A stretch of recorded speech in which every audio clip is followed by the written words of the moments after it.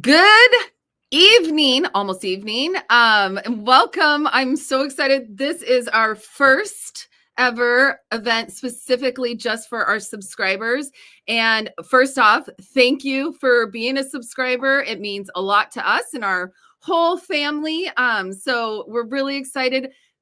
I think today is gonna be really fun. I have a group of friends back here. Well, one is my sister and then a couple of her friends. They've got this beautiful charcuterie board. We've got our wine all ready to go. And like I said in the email, don't worry if you don't have the specific wines that we're tasting. I mean, this is really a sensory class and learning to use that smeller of yours. I mean, it's I swear sometimes it's just like another muscle. You have to train it to get better. So, and it's taken me years and there's always something to learn. So today we have a very special guest, a good friend of mine. She's been a wine judge for SIP for a long time. This wonderful lady has been in the wine and restaurant industry for over 40 years. She is an educator with a lot of Seattle colleges. She also takes people on amazing excursions around different wine countries around the world. So without further ado, let us bring on Reggie.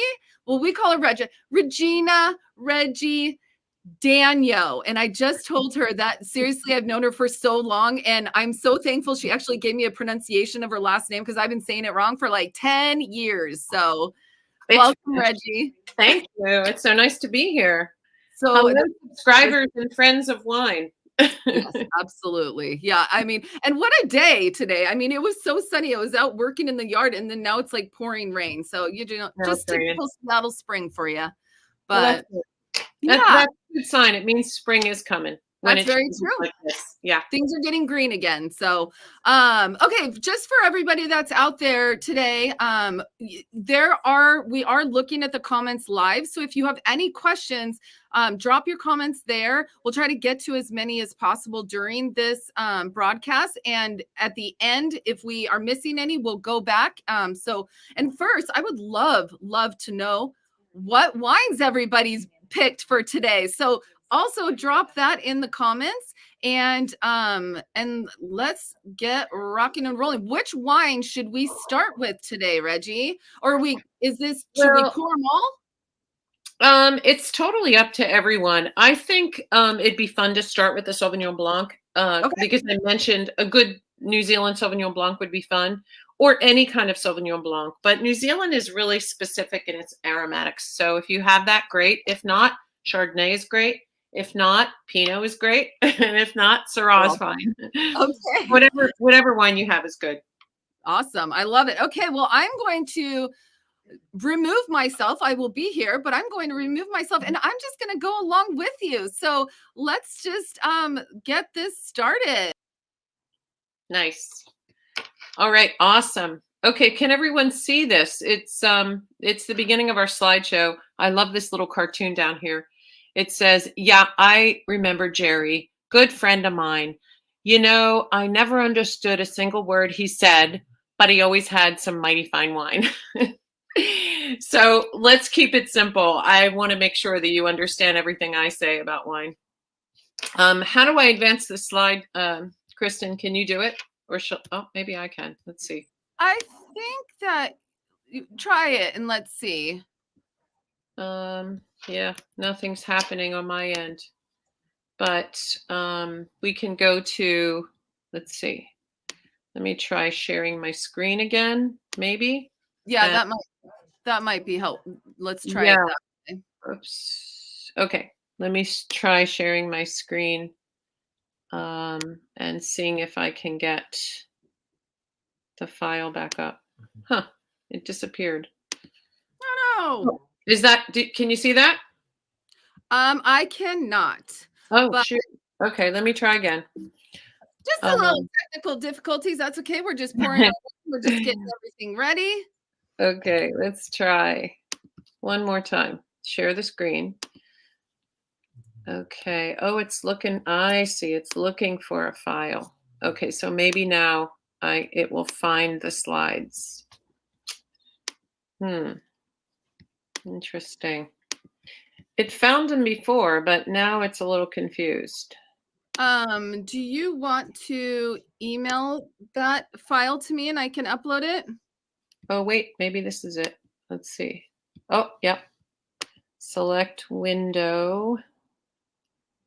How well do you smell? Yep, here we go. Okay. Yay. Okay, how's that? There we go. Perfect. Good. Okay. Okay. So I'm gonna make it bigger because it's kind of nice to have a. How's that? Does it look okay for everyone? Can you see it? Oh, did I lose you? Hello, are you there? I am there. Yeah. Okay. You can see it. You can see it well, Reggie. Okay, perfect. All right, let's go to this screen. So our brain, neurologically, our olfactory bulb is connected to our brain. So most of the odors that we're smelling are defined only if you make a mental note. So unless we make a well-defined mental note, when you're smelling something, it usually doesn't stick in our brain.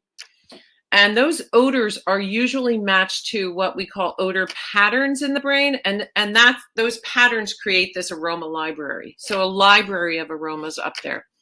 So blending of aromas sometimes confuse our brain. So that's why you have to, when you're smelling something like a glass of wine, for instance, you have to sort of break down what that aromatic is. And by making a mental note of what that aroma contains, you can then get that to stick in your head and increase your aroma library. Here's some examples. You smell a flower like this little baby, this cute baby is. And when you're smelling that flower, flowers often have earthy aromas. They may have spicy aromas. They may, of course, have floral aromas. They may have perfumey aromas. And so you can start defining what you're actually smelling.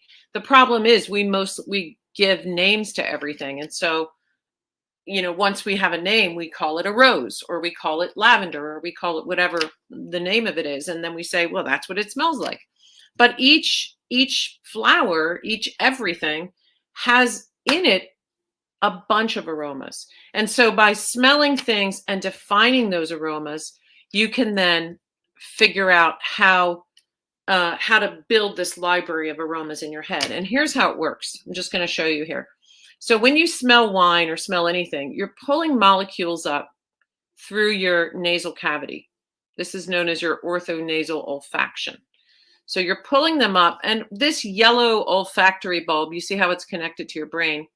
It has these glomeruli that hang down, and those glomeruli are what grabs the molecule, and then little neurons down there interpret that molecule that you're smelling. And if you've smelled it before, your brain goes, oh, I know that. That's lavender.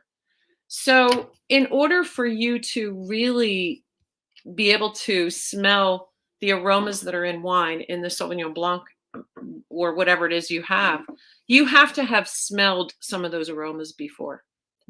And the second way we smell is through our palate. Once we get the wine on our palate, after we swallow or spit, depending on what we're doing. For judging, you know, of course we spit, because if we swallowed everything, we'd be drunk and everything would taste good. But after we spit or swallow, and we breathe out, that's when these molecules go back and hit our olfactory bulb a second time. So we're actually smelling on our palate, and that is known as retronasal smelling. Okay, so we smell two ways. Now, visually, we use our eyes, of course, to help us recognize aromas. Through taste memory, we're using taste also to help us recognize aromas, things that taste similar. And then, of course, through smelling, it's a little more difficult to recall unless you have visual and taste working with it. So we use all of our senses, and it's really good to pay attention to all of your senses when you're smelling too. And then smell receptors in the nose might tire. So you need to smell over and over. and take breaks in between and give your body, a little time to readjust. That's why I know Sip Magazine, you always give us some coffee beans, which is great because it clears, it gives you time in between.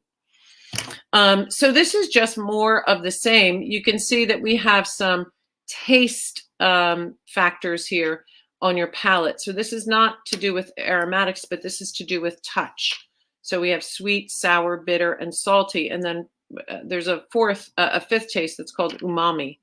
And these are textures we feel and tactile sensations that we feel. So they're different from aromas. So we get these tactile sensations in addition to retronasal olfaction, right? So we have retronasal off the palate and we have direct off the nose. So just some things to think about. This is a blow up of our olfactory bulb. Hopefully it's not gray like that. Hopefully it's pink and beautiful.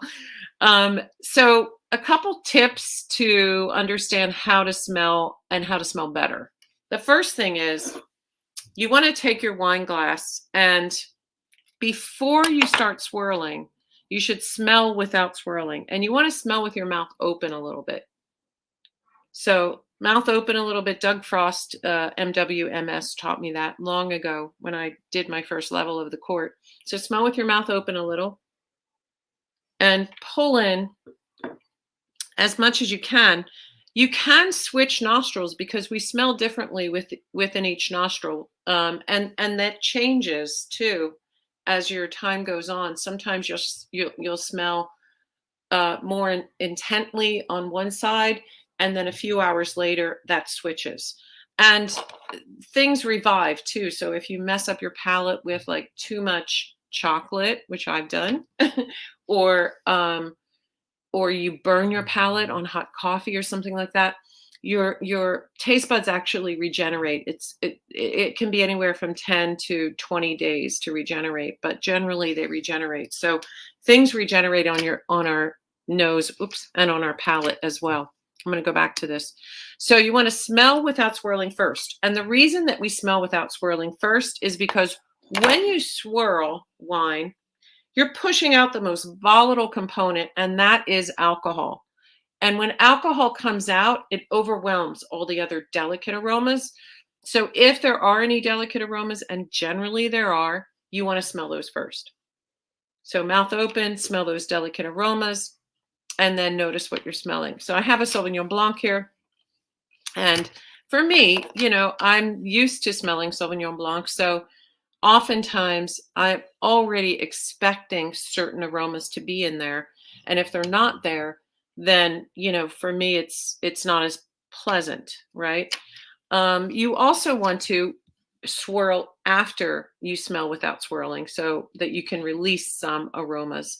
And by swirling, you're adding oxygen, right? And oxygen is helping release those aromas.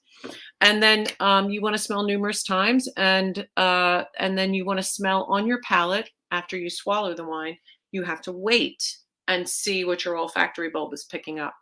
Oftentimes it takes some focus, because you have to really think through, what am I smelling? What is that aroma? Okay. Now taste, as I mentioned earlier, there's tactile sensations with taste. And I find this so interesting. So here's our 5 sensations that we get. Acid, being sour, creates mouth watering, right? So this Sauvignon Blanc has very high acid. We should be getting some mouth watering. Sweetness, everybody loves sugar. And in our country, we actually have sugar added to a lot of foods. So our sweetness threshold is higher. It takes more sugar for us to notice it because we eat so much sugar, some of us, that it takes more for us to notice it. And bitterness, astringency generally comes from tannins. So in a red wine, you're going to get that mouth drying that you feel from red wines because of the skin, stems, and seeds that are embedded due to the winemaking process. And bitterness and tannins are also in tea leaves. So if you drink black tea, you're going to notice some bitterness and some tannins and mouth drying, right? That's why you add honey or sugar to offset the bitter, right? So it helps offset the bitter. And then we add cream, like fat, to offset the tannin, right? Or you add lemon, the acid, to help wash the tannin. So there's different ways that we already just naturally do things because of these sensations we get on our palate. And then salt, wow, salt is amazing because it enhances everything. But it can, too much salty can hurt your palate, can kind of sting and hurt your palate and damage a bit. And then umami is this amazing savory flavor that comes generally in most wine, especially wine that's been through barrel fermentation or through barrel aging. And then here's what I think. I just had to pop in real quick because that is, I always try to figure out what a better term for that savoriness, because I'll get that, and sometimes I'll even be like, it's like meaty, you know, like I get like chicken or something. I mean, it legit is savory. So umami, I didn't realize that was that. So that is knowledge. Awesome. I'm moving myself again. I love it. I'm so glad. Yeah, umami is amazing. And we are not used to umami like the Japanese are. It's a Japanese word because in Japan, of course, we have miso, you have miso soup, you have tofu, and those are all umami foods. Soy sauce is umami, mushrooms are umami. And so all of those are very Japanese.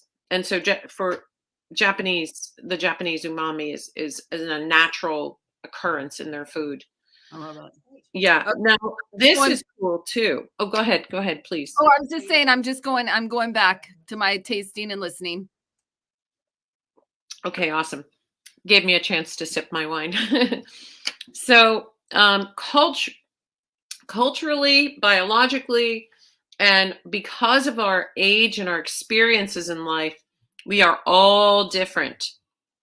And because of that, we taste things differently. We smell things differently.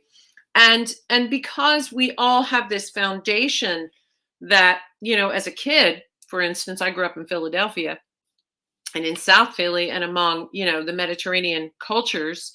So for me, I have all this Mediterranean as my foundation.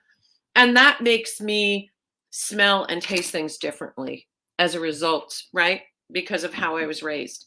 Biologically, also I'm very different because I'm female, because of my age and my experiences in life and my preferences.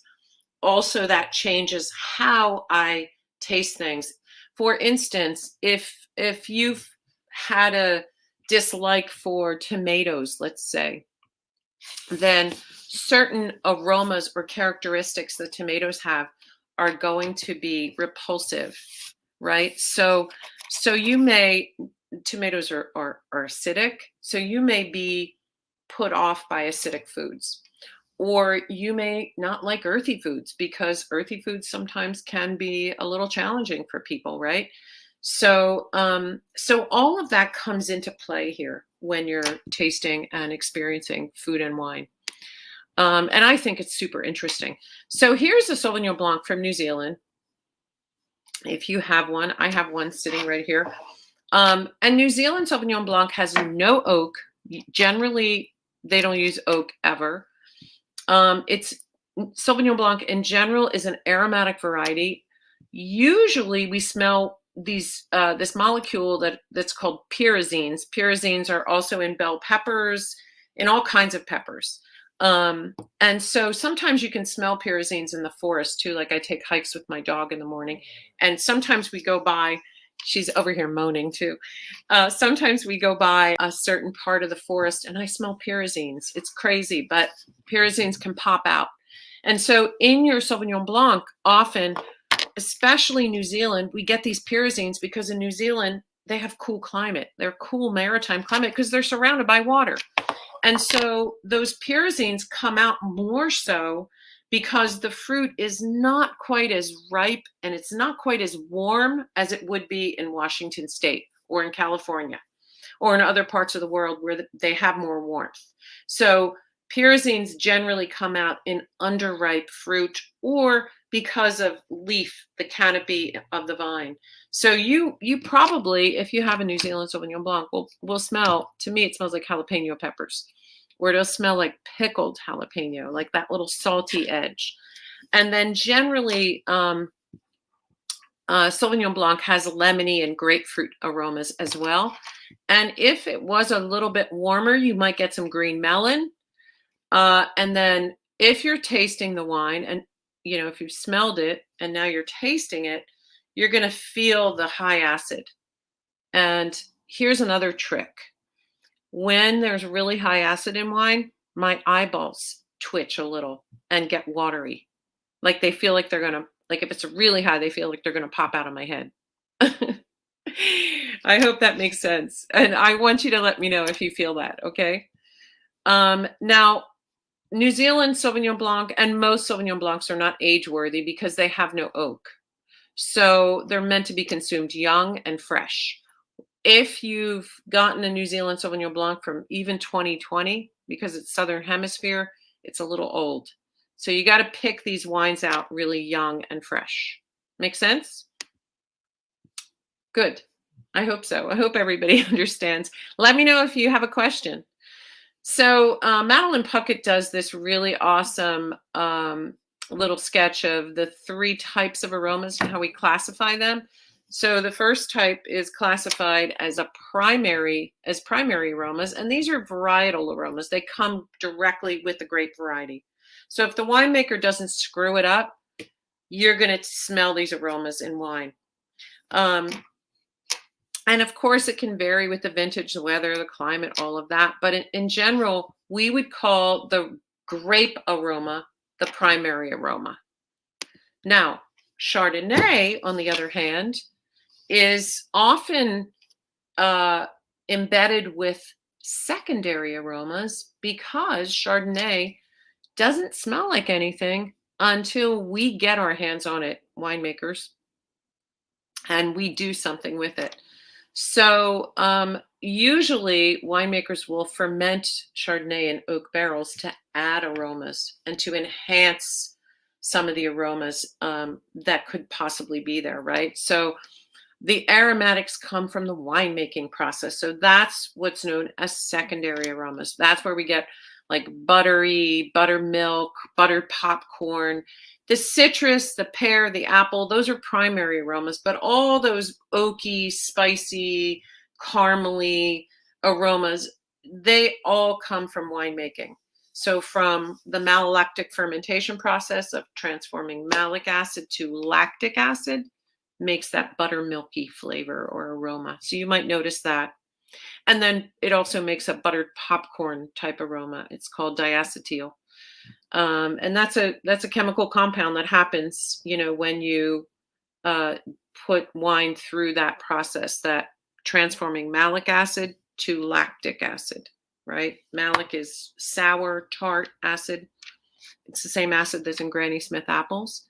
And then lactic is creamy. And so with lactic acid, you will notice like that little buttermilky yogurt. Sometimes it smells like yogurt to me, yogurt aroma that comes out.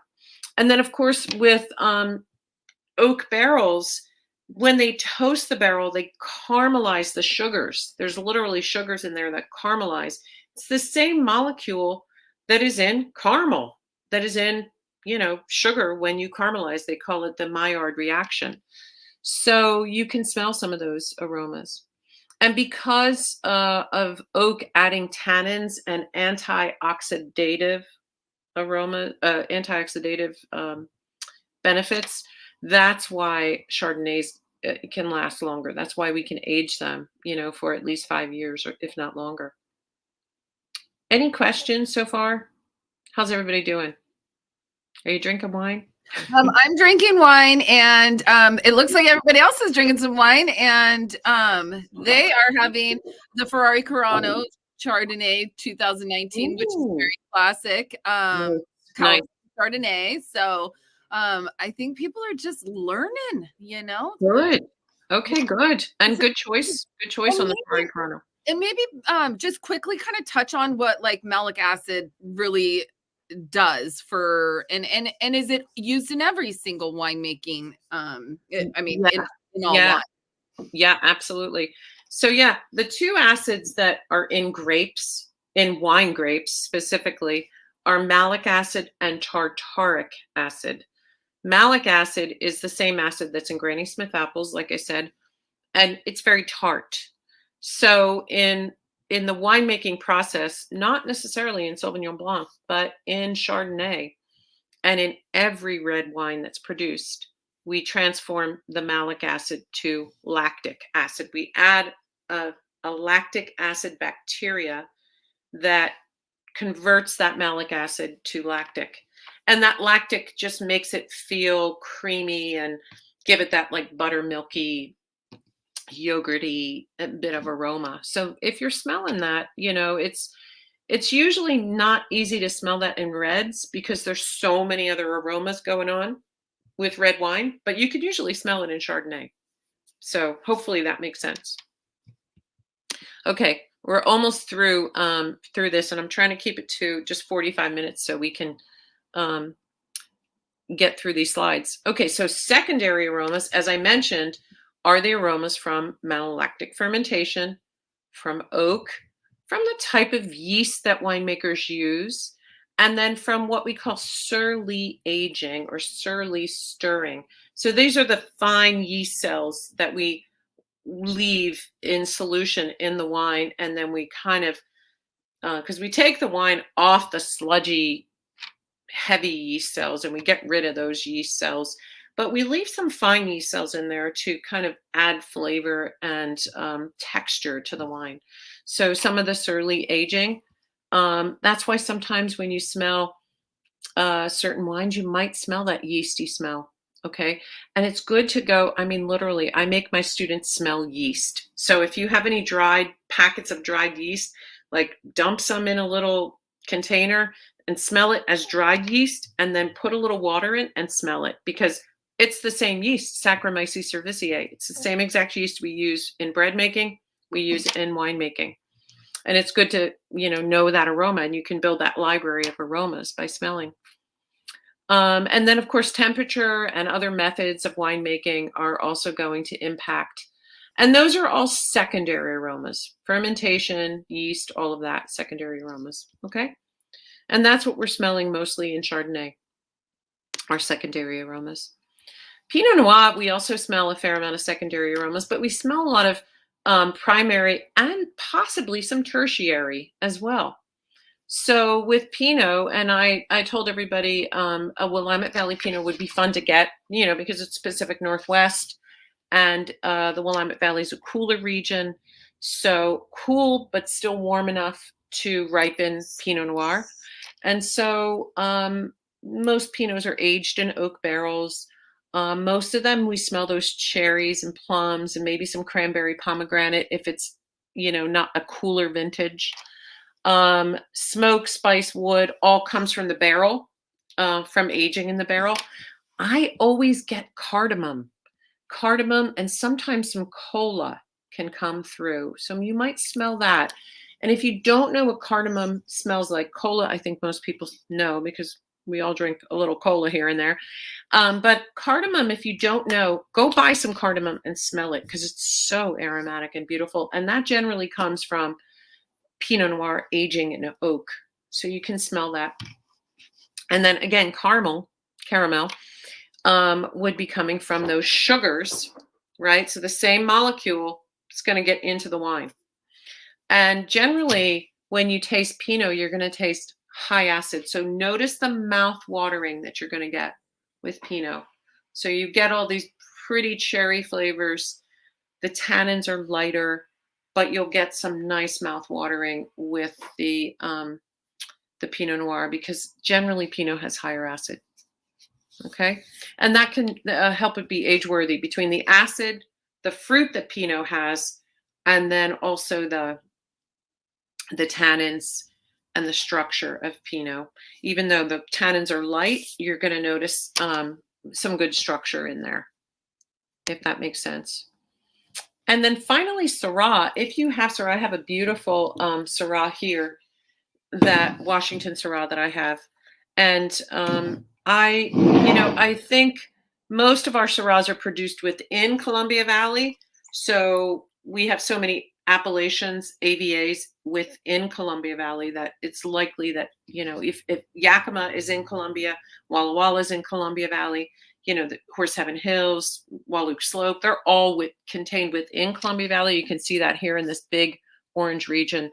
We have sub-appellations in there. Reggie, I barely even got to the Pinot. I mean, I just am smelling it. It's I'm really taking it all in. Then I'm the Syrah, but curious. I know I'm going a little fast because I don't want to run out of time. No, you're fine. Honestly, we can go till 10 minutes before I'm not sure we're gonna have a lot of questions because we got a lot of things going on here. So don't worry about that. But what is the Washington Syrah that you're drinking? Oh, am I allowed to say? Yes. Oh, please. I'm going to say what I'm drinking. Darby. I'm drinking the Darby Stillwater Creek Syrah. Okay. We are doing the WT Vintners. Love it. Syrah, right? 2016. Yeah, the 2016, which is obviously one of my favorites. Oh, and Anna, the Pundit Syrah, also amazing. Really good price point on that one too. So, okay. I'm removing myself again to try the wines. So okay, do. Yeah. So if you're still on the Pinot, try to notice sometimes vintage or the Syrah vintage, like the 16 vintage is now 6 years old on that WT Vintners, right? So you might start noticing those tertiary aromas, and I'm just going to go to the tertiary slide. So tertiary aromas start coming out as wines age. And so you might get dried flowers, tobacco, soy, mushroom, leather, forest. I love tertiary aromas. And here's the thing that a lot of people say, and I'm going to go back to the Syrah slide. They always ask me, how long should I age my wine, Reg? And I usually say, yeah, how long? Because if you don't like those tertiary aromas, they can be a little funky, right? Have you noticed that? Like when you open an older wine, you've got some earthy, funky sort of aromas, and not everybody likes them. So, try to drink your wines, Washington especially, within, I would say, the first 10 years. If you don't like those older aromas. Because unless you're really cellaring at very cool temperatures, you're going to notice tertiary aromas popping up a little sooner. The cooler the cellaring temperature is, the cooler your cellar is, the slower the evolution. So the tertiary doesn't pop up quite as fast. So with Syrah, for instance, which can be an amazing wine to age, we almost always get blackberries and black cherries, right? Are you guys noticing that with the Syrahs that you're tasting, maybe? And of course, because there's oak, you're going to get the spice and the smoke and the wood again. And then I always seem to get like a tarry underbelly, maybe some dark chocolate, maybe some bramble, like a forest bramble. But the tar comes through like somebody's paving a road. Not that I've ever tasted tar, but I've smelled it. So that's what it reminds me of when I'm smelling Syrah. And Syrah is, I know this sounds a little crazy to some people, but I actually heard Nick Jackson and MW say it recently, and I've been saying this for years. Syrah has a round sort of molecule to me on the palate with tannins, where Cabernet Sauvignon has a square feeling in my mouth, like a house is being built in my mouth. But Syrah, more rounded tannins to me. And so that can be really fun to explore when you're feeling tannins on your palate and trying to notice how those tannins feel. Do they feel rough and gritty and rectangular or square, or do they feel round and creamy? And sometimes that's helpful in knowing not just what to pair with that wine, but in knowing how long you can cellar it and age it, if that makes sense. Because if you enjoy tertiary aromas and characteristics, and all of these delicious flavors that come through, and aromatics, it just makes cellaring makes the wine more complex and more interesting, and I think more flavorful. But if you don't like those tertiary aromas and flavors, then like I said, it's best to drink these wines within the first 10 years. Now, Pinot doesn't necessarily have, I'm going to go back to Pinot, doesn't necessarily have enough, especially Willamette Valley Pinot, enough characteristics and tannins and structure to go beyond 10 years. It depends on the Pinot, of course. So I'm going to ask a quick question now that we bounce back to the Pinot. It's actually not my question. It's one of their questions. But what is it when you get effervescence from a red wine on like the front palate?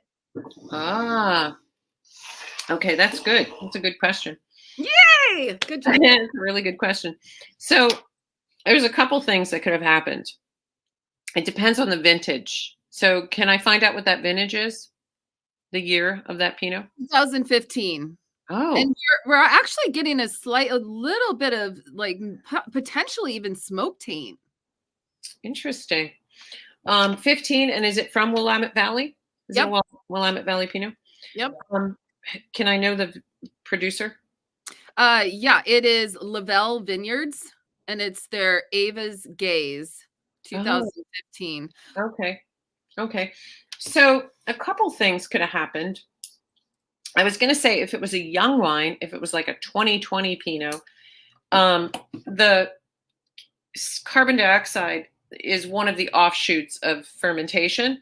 And sometimes that CO2 gets trapped in the solution in the wine itself. And when it gets bottled, if it's under screw cap, especially, that CO2 kind of remains in solution, and you get that little bit of pétillance or, bubble, that little fizzy feel. But there is a cork in this one. There's a cork, yeah, and it's older. So in that case, if the wine was sitting in a warm place, if it was too warm, it's possible that that wine started to re-ferment, because even though that's what I was thinking. I mean, I think that that's exactly kind of what it tastes like, and this could be my fault of the storing. yeah, that can happen, but it might not be your fault. It may be where, whoever was storing that wine, it could be a wine shop, right? It could be a market. Because in wine shops and markets, like if you imagine you have this, racks, right? The top of the rack, if there's wine stored at the top of the rack, heat rises. And so the top of the rack is going to be warmer than the bottom.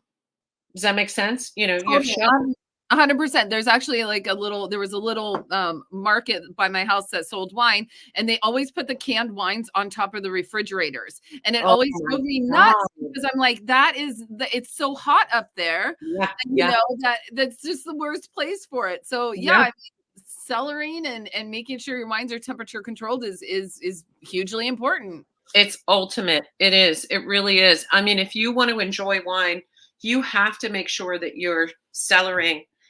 Even if you just are cellaring for 2 weeks, you could completely mess it up. If you have, like, I see a lot of people put wine on top of their fridge. Like, I don't know where that came from, but that is the worst place. So even if you're, just keeping wine in your house for a week or two, you could mess it up if there's sunlight hitting it. If it's in a warm spot, make sure it's not near your heater. Make sure it's not near vibration. And that wine will stay in shape. But it might be, Kristen, that wine was stored somewhere where it got damaged. Because Good to know. I mean, and it's happened to me several times, and it was interesting because they said it, and I was like, oh yeah, I'm definitely getting that too. So it's just good to know where that's coming from. So yeah. Well, okay, I'm removing myself to drink wine. Well, honestly, that's all I got for you. What do you think of that? Well, I love it. I'm going to stop sharing and share my face now. I love it. I mean, that's so good. I mean, if anybody has questions, drop them in there. My mom, hi mom. I know Oh, you're sitting there with good. all of your friends at your condo right now, drinking some wine. But do you guys have any questions? You Well, should I see. see Anna. Who's Anna M? Anna M. Oh yeah, she said, "I'm not normally a Pinot Yeah. fan, but this well, Four Graces, yeah, is really It's good. It was half a delicious. bottle. Oh yeah, I didn't want a big bottle because I didn't expect to like it. Four Graces probably was one of my first wineries that I ever visited in Willamette Valley, and absolutely fell in love with their stuff. And they do a Pinot Blanc that just kind of blows my mind, and their rosés are always really good. So, Yeah. have you been there? I haven't been there, but I've tasted their wines. Yeah, but Yeah. I'm down in Willamette Valley every week now because I teach down there. So I'm teaching WSET classes down there. So I'll have to stop by because Yeah. I like their wines too. Yeah. Yeah, and that's great that you're. Let me just say something about that too, because oftentimes we get into this box where that's all we taste is big reds, and then it sort of puts you in the mood where all you want are big reds and you don't expand your palate out to taste beautiful whites, beautiful rosés, and Pinot. Yeah. So I always encourage people, like now in Washington, we have so many varieties that we're producing. Nebbiolo, Sangiovese, and Barbera, and Albarino. Yeah. And, Grenache. I mean, even the Grenache that's coming out of Washington is beautiful. It's delicate when it's made right. But yeah, my wine cabinet at home generally is about half Pinot and half like bigger reds because I can't do just the big reds constantly. I always have to switch it up with a Pinot, and Pinot's so food friendly. it is. Yeah, I mean, it's so food friendly that it's just like, I mean, it basically goes with everything. So even things you don't expect it to. So It crosses over. It goes from fish to meat to pork. Yeah, it's all over the place. So there she is.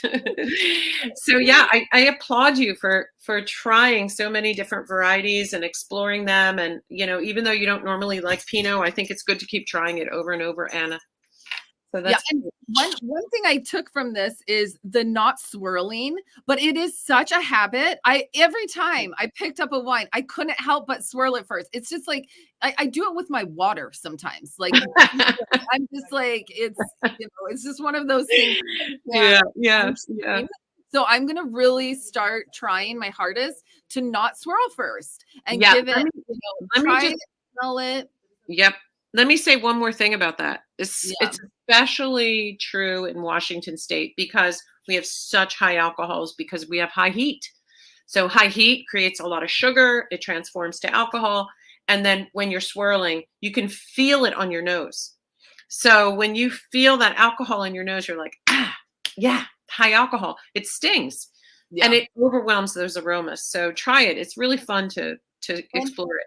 And it was funny too when you were talking about the acidity because I've absolutely had that happen to me, and it's like, and it's almost like my jaw locks up too. I'm like, I get the eye watering and everything, but I mean, I also like pretty acidic wines, so I appreciate it, but sometimes it can blast your face off. So, and I'm not sure your name because you're AL here, but agreed on the swirling thing. First time that I've heard not to, and we noticed a big difference. It's just, it's bizarre. But I'm just like, I really got to retrain myself to not do that. So it's going to be hard, but just every single time you pour wine, just think about what delicate aromas you could pull from that. The other reason not to swirl too, there's another reason for industry people is when you swirl wine, you're changing it. So if you're changing the wine, you're never going to know what it's like directly out of the bottle. Right. And you want to know what it's like directly out of the bottle because most consumers don't necessarily swirl. And so you might want to tell them, decant this to open it up, to give it more aroma, because right out of the bottle, it's a little tight. Totally. Well, so like with Pinot and specifically Syrah, do you, how much time before you drink it that you want to open? a bottle of wine. Also, I do know a lot of these answers, but I'm asking for a lot of the people that are out there. So. I figured. Yeah, it's so dependent, isn't it, on the vintage and the particular wine. But I would say just opening it is not enough. You have to, you can't just well, this was from Darby. It was a growler that they fill up. It's not enough to just open it. You really have to decant it into, and you can use a flower vase. It doesn't matter, or a pitcher, because it's the action of glug, glug, glug, glug, glugging it in there that's adding oxygen and opening that wine up. And that's what you need to do. I mean, we're decanting not about sediment. It's not about sediment. Because these are young wines. So you want to decant to add oxygen. And winemakers do that when they rack from tank to tank or barrel to tank, they're adding oxygen, especially Syrah. Syrah needs to be beat up. It's like an introvert. And it will just stay closed unless you like give it oxygen. And you gotta smack it around a little. I love that. That's so awesome. I know. I wish I actually would have opened up this Syrah even sooner. I think we've had it open for about a half hour or so. Or about an hour actually now. But I mean, it's just already opening up, and I'm just like, I'm getting so much different things going on with it. So and temperature is important in that too, right? Yeah. So, we try to drink these wines at a certain temperature, because too warm, the alcohol is going to be really expressive. Too cold, no good either, because everything will be so much. So totally. Good. Yeah. I mean, in the summertime, I am all about putting my reds in the fridge for a quick chill, like just a slight chill, because I just love it. I mean, even like it doesn't matter what kind of red. I love a little chilled red on a summer day. So Yep, that sounds awesome. So Reggie, because we just have a few more minutes, but why don't you tell us about this? Like, what is your next trip that you've got planned? Sure. Yes. You do these amazing excursions, which we all want. I mean, we are trying to figure out how to go. But want everybody to go, and I try to make them affordable so that everybody can go, and I give discounts, to people too. And it's at reggiewine.com. Reggiewine.com. You can find all of the information. But tell us what's your next trip that you've got planned? Yeah, a couple. Actually, I'm going to Portugal in April because I also do like pre-cruise tours. So people who go on cruise ships hire me to take them on tours too. So I have like 17 or 18 people going on a tour in Portugal. But we have my mom's friend that is here, and her son is in the band Portugal of the Man. I love funny little weird little quirk. That's a cute name. I love it. Yeah. But no, I'm building, I had a New Zealand tour planned for 2020. And so now it's going to 2023. So next year in April. And then I'm also doing a Spain-Portugal tour next year, probably June or July. I'm trying to figure out when to offer it. I don't usually like to offer tours in the summer because it's always too hot then, but and it's crowded everywhere. But I think it's nice to offer it because teachers, they're always bugging me like, why don't you offer it when we're off? So I'm trying to do that. And then also I'm building a Switzerland, France tour that'll go through, parts of Switzerland that grow grapes and make wine. And then we'll go over to Burgundy and up into Champagne, and then finish in Paris. So that sounds absolutely dreamy, and I am going to get one of these trips like on the books with you because first of all, you're a great time, you're wonderful, and like you're so you just know so much, and you also like nobody's gonna get this experience with just any random like wine travel agency or anything like that. I mean I just can't even imagine what you would show me. Like, I mean, just so awesome because there's history. We do cultural experiences. We do some museums, but we always have food and wine embedded. Like we've been to where they extract salt from the Mediterranean, to an oyster farm, to a lavender farm, to goat farms where they make amazing goat cheese. I mean, it's just crazy. It's cooking classes. It's awesome. The tours are really fun. We try to embed as much as we can, but we give people time off too. And yeah, for sure. Awesome. Well, Reggie, this has been so wonderful. It doesn't look like we have any other questions, just a lot of really fun comments. And yes, that 2019 Sleight of Hands levitation is definitely to die for, by the way. Anna said. But yes, the pundit, like I said, is a good price point. Definitely seek that out. It's a great Washington Syrah. So cool. Well, thank you, everybody. I'm so glad you were our first like kickoff to this new kind of, quarterly subscriber events, and look forward to doing more stuff with you. And me too. I have so much more information for you. Yeah, and Reggie does classes for just normal consumers, not just people that are trying to get like a degree in wine. I mean, I have heard so many things about your sensory class that you've done for different places. Like, it's just, so check reggiewine.com if you're looking to expand your knowledge even more. I mean, this was really good because smell is everything. How well do you smell? I mean, and I think I smell pretty damn well. So all right, you guys. Well, thanks so much for joining, and we will talk to you guys soon. And be sure to subscribe, to the newsletter, because that's how we're getting out the information on all of this, all these events and everything. So, all right, thanks so much. Bye.